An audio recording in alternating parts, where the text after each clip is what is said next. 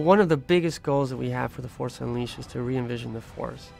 To really grab the concept of the Force like you saw in the movies and take it so amped up and out of control that it works really well in a video game, making you feel like the most badass Jedi in the universe. A perfect example is lightning. When you actually see the apprentice totally amped up in lightning, not only does it go purple and crazy, but he can actually nuke many, many guys, more than you've ever seen in a movie before. In the same manner, we can use the Force grip, for example. Instead of just gripping an X-Wing like you saw in Dagobah, we really amped up the power to the point where the apprentice can actually pick up many objects at the same time. And then if he wants to, he can actually throw lightning at them. And so now they're all charged up like a cannonball. And each one of these experiences just really elevates the action of the Force that's really well represented in this kind of medium. My favorite part of the combat for The Force Unleashed 2 is that the sabers actually matter. You now carry 2 instead of 1. And not only does that look impressive, because you have twice as much weaponry as you used to, but it really allowed us to evolve the combat system and the way you interact with the enemies. The number of hits you're able to achieve on a given target are obviously much faster now with being able to do 2 hits. You'll also be able to do a dual lightsaber throw. We've added the ability to do dismemberment.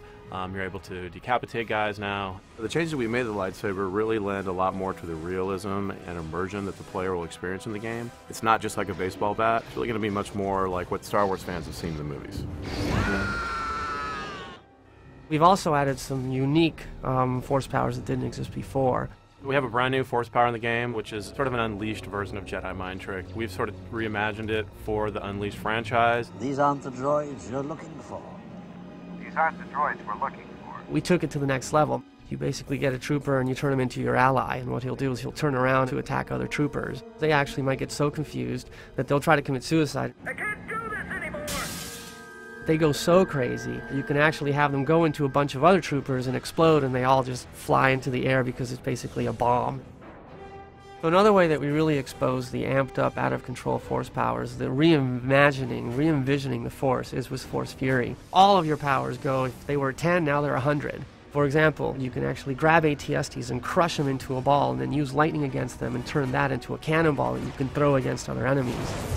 Or you can use another power we call Force Repulse. When you let it go, it literally disintegrates all the guys and turns them into vapor.